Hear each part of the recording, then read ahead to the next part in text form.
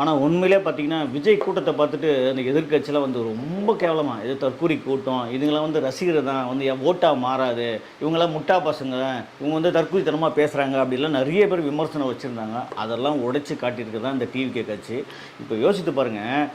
TVK சார்பா வந்து 1%, 2%, 5%, 10% ஓட்டு வந்தாலும், ஆனா திமுகலேருந்தே பாதி பேர் ஓட்டு போட்டுருக்காங்கன்னா அதுதான் உண்மை. ஏன்னா விஜய் இந்த அளவுக்கு ஜெயிக்கிறதுக்கு காரணமே அதிமுக, திமுக ஓட்டு இல்லாம விஜய் இந்த அளவுக்கு ஜெயிக்கவே முடியாது. திமுக காரனே மனசு மாறிட்டான்னு நினைக்கிறேன் ஓட்டு போடுறப்போ. அந்த அளவுக்கு வந்து திமுக மேல ஒரு வெறுப்பு அரசியல் உண்டு பண்ணி வச்சிருக்காங்க இவங்க.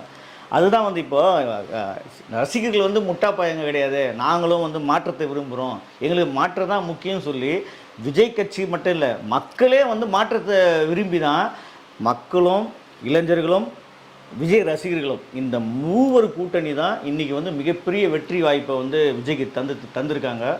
ஆனால் உண்மையிலேயே நான் எதிர்பார்த்தது தான் இது. ஏன்னா நிறைய பேர் கருத்து கணிப்பு எது சொன்னாலும் இப்போ பாருங்கள், ஒவ்வொரு கள நிலவரமும் விஜய் முன்னணியிலே போயிருக்காரு. பார்த்தீங்கன்னா ஒவ்வொரு அவர் நிற்கிற தொகுதியிலும் சரி. இன்னொன்று பார்த்தீங்கன்னா, விஜய் தவிர நமக்கு ஆதவார்ஜுனா தவிர, புஷ்யானா தவிர 3 பேரை தவிர வேறு யாருமே தெரியாதுங்க கள நிலவரத்தில். யாருமே பரிச்சயம் கிடையாது யாருக்குமே. 100 பேர் தெரியாமல் யாருன்னு இப்போ கூட அந்த பாருங்கள் 234 தொகுதிகள் எனக்கே வந்து நான் பார்த்து தான் படிக்க முடியும் அவங்க யார் யார் என்னென்ன அப்படின்றது. அப்போது நமக்கே வந்து யாருன்னே தெரியாத ஒருத்தரை, முகம் தெரியாது, அவங்க பப்ளிசிட்டி தெரியாது, அவங்கள நின்று இன்றைக்கி 234 தொகுதி நிற்க வச்சு இன்றைக்கி ஆட்சியை பிடிக்கிறாருன்னா அதுதான் வெற்றி. ஓகேங்களா? திடீர்னு இப்போது அவர் வந்து வருஷக்கணக்கில் பிளான் பண்ணல. அவருடைய அப்பா விஜய் கட்சி ஆரம்பிக்கணும், அரசியலுக்கு வரணும்னு ஆசைப்பட்டார். அந்த டைமில் அவர் தான் ஒரு ரசிகர் மன்றத்தை கட்சி நிர்வாகியாக மாற்ற ஆரம்பித்தார்.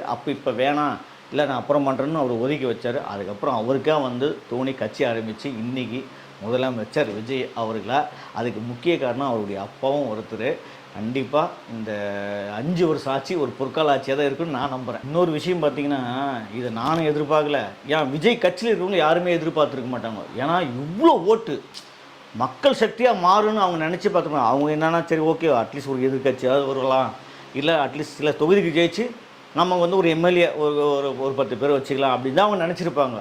ஆனால் மக்கள் சக்தி, அதான் சொன்னேன், இந்த 3 சக்தியும் மாறி மக்களாட்சி, மக்கள் மாற்றம், விஜய் அரசியலுக்கு வரணும், விஜய் வந்து ஜெயிச்சு விஜய் முதலமைச்சர் ஆக்கி மக்கள் தீர்மானிச்சிருக்காங்க. விஜய் முதலமைச்சராகி முதலமைச்சர் இந்த 5 வருஷத்தில் என்ன பண்ண போகிறார் அப்படின்ற ஒரு மாற்றத்தை விரும்பியிருக்காங்க.